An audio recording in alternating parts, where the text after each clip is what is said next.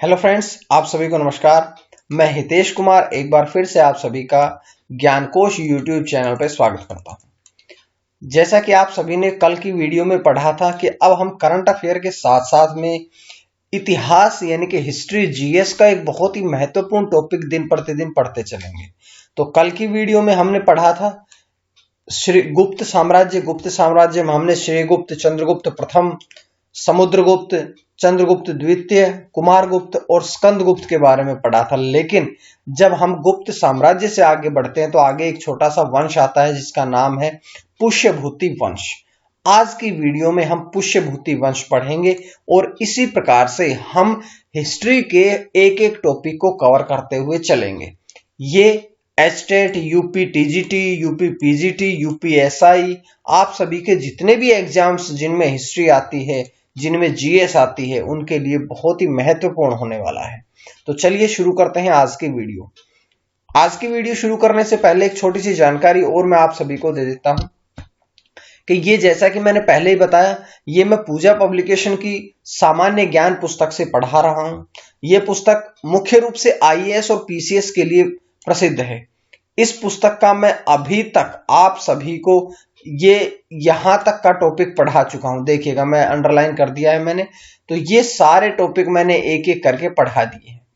अब आज की वीडियो में हम पढ़ेंगे पुष्यभूति वंश और इसके बाद में हम इस प्रकार के पूरे इस टॉपिक को पढ़ेंगे। पूरा इंडेक्स मैंने आप लोगों के सामने दिखाया हुआ है। चलिए शुरू करते हैं आज की कुछ जानकारियां। बात करते हैं कि गुप्त साम्राज्य के पतन के पश्चात हरियाणा के अंबाला जिले के थानेश्वर नामक स्थान पर पुष्यभूति के द्वारा पुष्यभूति वर्धन वंश की स्थापना की गई थी। किसके द्वारा करी गई थी? पुष्यभूति वर्धन के द्वारा यहां पर पुष्यभूति वंश की स्थापना करी गई थी। स्थान भी बता दिया गया है कि हरियाणा का अंबाला जिला।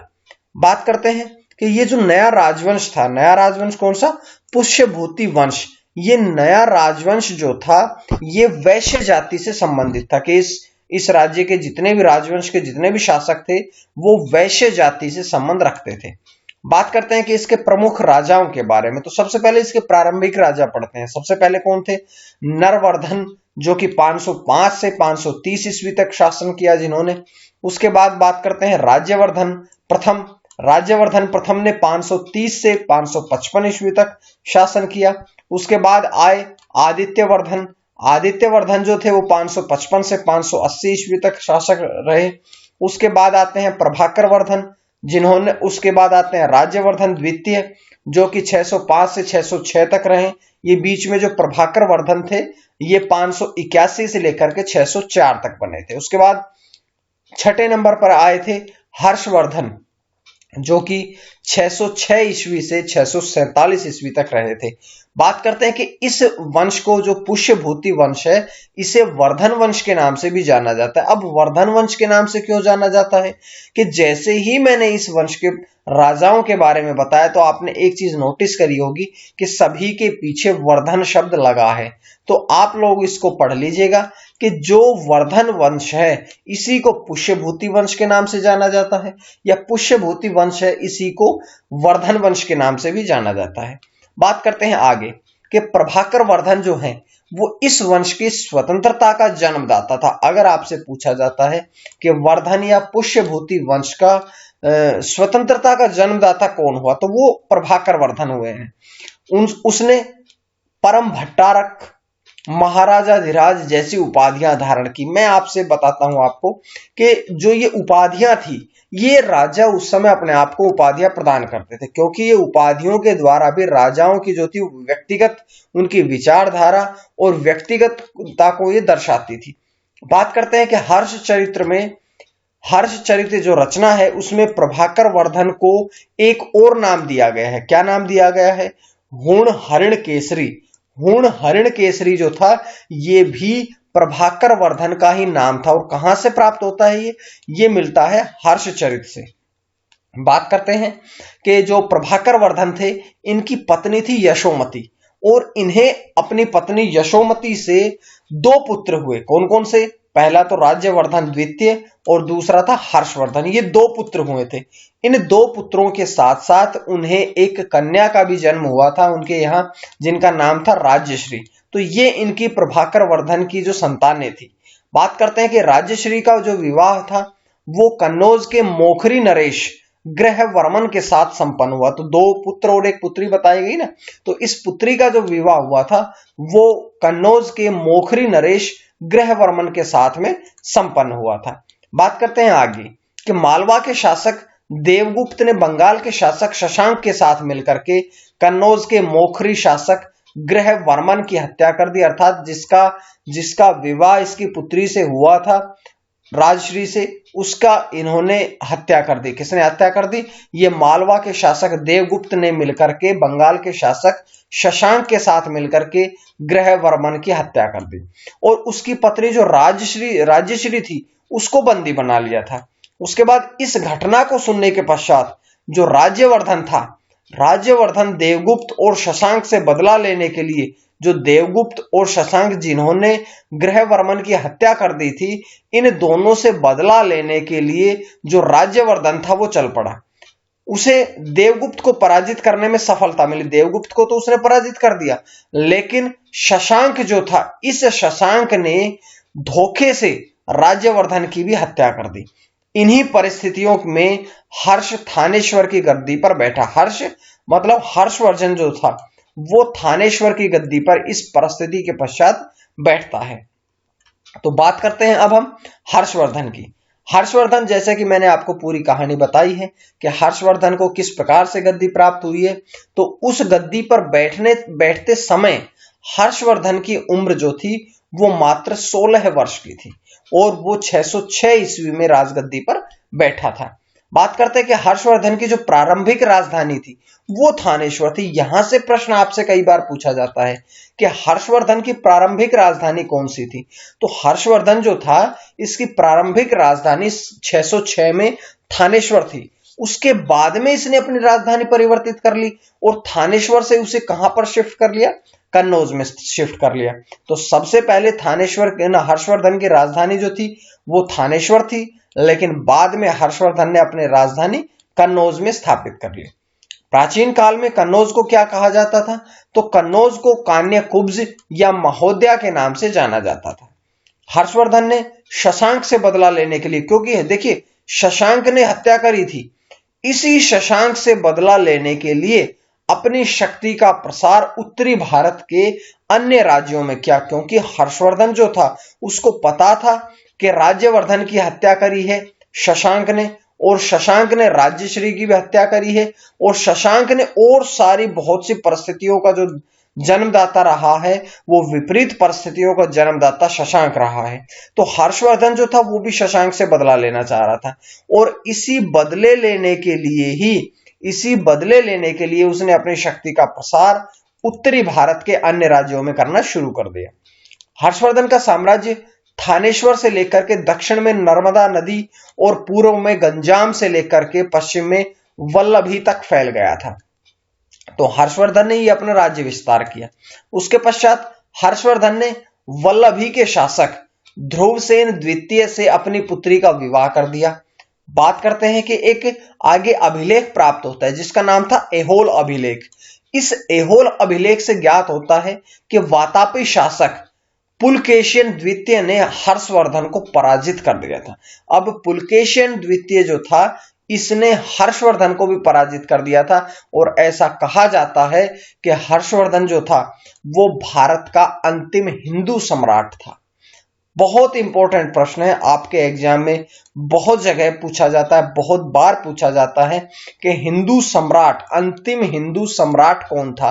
तो अंतिम हिंदू सम्राट था हर्षवर्धन। बहुत इंपॉर्टेंट प्रश्न है, इसको आपने अच्छी तरह से याद करना है। हर्षवर्धन जो था वो एक विद्वान था।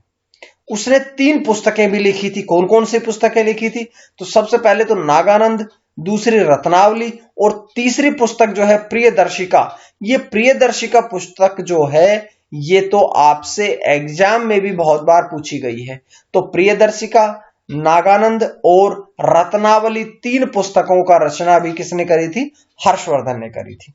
उसके बाद बात करते हैं कि बाणभट्ट हर्षवर्धन का दरबारी कवि था। हर्षवर्धन का दरबारी कवि कौन आया? बाणभट्ट आया। और बाणभट्ट ने ही दो बहुत महत्वपूर्ण पुस्तकें लिखी है जो कि एग्जाम में पूछी जाती है कि हर्षचरित और दूसरी कादंबरी। कादंबरी के लेखक भी कौन है? बाणभट्ट है। और हर्षचरित के लेखक भी कौन है? बाणभट्ट है। उसके बाद देखिएगा, मैं वन लाइनर के फॉर्म में बताने से क्या है कि जल्दी और ज्यादा मात्रा में आप लोगों को तुरंत आउटपुट मिलता है। बात करते हैं कि हर्षवर्धन के शासनकाल में चीनी यात्री भारत आया था। कौन आया था? वेनसांग। वेनसांग जो था वो एक चीनी यात्री था जो कि हर्षवर्धन के शासनकाल में भारत में भ्रमण के लिए आया था। और वेनसांग को यात्रियों का राजकुमार कहा जाता है, नीति का पंडित कहा जाता है और वर्तमान शाक्य मुनि भी कहा जाता है। तो ये तीनों नाम जो है ये वेनसांग के ही है। और वेनसांग कौन था? वो एक चीनी यात्री था। जैसे फाहियान चीनी यात्री था, इसी प्रकार से वेनसांग भी चीनी यात्री था जो कि हर्षवर्धन के समय में भारत आया था। वेनसांग ने नालंदा विश्वविद्यालय में रह करके अध्ययन किया, क्योंकि मैंने जब कल वीडियो बताई थी, कल जब मैंने आप लोगों को पूरा गुप्त काल बताया था तो उस समय मैंने आपसे बताया था कि नालंदा विश्वविद्यालय की स्थापना के बारे में मैंने पूरी जानकारी आपको दी थी। अब नालंदा विश्वविद्यालय में मैंने ये भी बताया था कि विश्व के कोने कोने से छात्र आकर के यहाँ पढ़ते थे। लेकिन छात्र ही नहीं, यहाँ पर तो बड़े बड़े विद्वान भी आकर के नालंदा विश्वविद्यालय में शिक्षा प्राप्त करते थे। यहां पर रह करके वेनसांग ने अध्ययन किया। उसने अपनी यात्रा के संस्मरण को CU की एक पुस्तक लिखी जो उसने भारत में यात्रा करी थी। इस पूरी यात्रा को उन्होंने एक संस्मरण में परिवर्तित करवा दिया। उन्होंने एक पुस्तक लिखी और इस पुस्तक का नाम था CU की। तो ये यहां से पता चला। उसके बाद हर्षवर्धन किन किन का उपासक था? तो सूर्य, शिव और बुद्ध तीनों का उपासक कौन था? हर्षवर्धन था। उसके बाद हर्षवर्धन का इसका दूसरा नाम क्या था? तो शिलादित्य। शिलादित्य जो था ये भी इसका दूसरा नाम के रूप में जाना जाता है। उसके बाद अंतिम स्लाइड है कि हर्षवर्धन हर 5वें वर्ष दान करने के लिए एक बड़ी सभा बुलाया करता था। इसे मोक्ष परिषद कहा जाता था और इसका छठा अधिवेशन 635 ईस्वी में प्रयाग में हुआ था। इसके प्रमुख अधिकारियों में कौन कौन थे? तो सबसे पहले सिंहनाद जो कि सेनापति थे, कुंतल जो कि अश्व सेना के प्रधान थे, स्कंदगुप्त जो कि हस्त सेना का प्रधान था, सामंत था, महाराज नागरिक प्रशासन का प्रमुख होता। तो ये सारे अधिकारियों के बारे में बताया गया। और एक इंपॉर्टेंट है कि हर्षचरित में जो हर्षवर्धन है इसको सभी देवताओं का सम्मिलित अवतार कहा गया है। तो ऐसा कौन सा शासक था वर्धन वंश का या पुष्यमित्र शुंग वंश का, पुष्यमित्र वंश का, कि जिससे कि देवताओं का सम्मिलित अवतार कहा गया है? तो हर्षवर्धन को ही देवताओं का अवतार भी कहा गया। इसके साथ साथ में चीनी नरेश ताई सुंग ने इसके दरबार में एक ब्राह्मण दूत भेजा था और जिसके प्रत्युत्तर में चीनी नरेश ने लियांग होई किंग नामक दूत यहां पर भेजा था। एक अंतिम बात बताता हूं कि हर्षवर्धन का राज्य वैद्य जो राजवैद्य था उसका नाम था सुषेण। ये सारी वन लाइनर बातें जो मैंने आपसे बताई है ये एक एक प्रश्न ऐसे के ऐसे आपको एग्जाम में मिलेगा। तो आपने इसको जरा सा थोड़ा सा रिवाइज कर लीजिएगा, रिपीट कर लीजिएगा। तो आज की वीडियो इतनी ही थी। कल फिर इसी समय पर आपको अगली वीडियो मिलेगी। तब तक के लिए बहुत बहुत धन्यवाद। आप लोग चैनल को सब्सक्राइब कर लीजिएगा। ये सारे टॉपिक मैं आप लोगों को एक एक करके बताऊंगा, टॉपिक आप लोग देख लीजिएगा। जिसके पश्चात आप लोग ज्ञानकोश यूट्यूब चैनल को सब्सक्राइब करें। आप लोगों को डेली वीडियोस मिलती रहेंगी। हर दिन सुबह 4 बजे करंट अफेयर मिलती है। उसके साथ साथ में GS और हिंदी संस्कृत सब क्लासेस आपको मिलती है।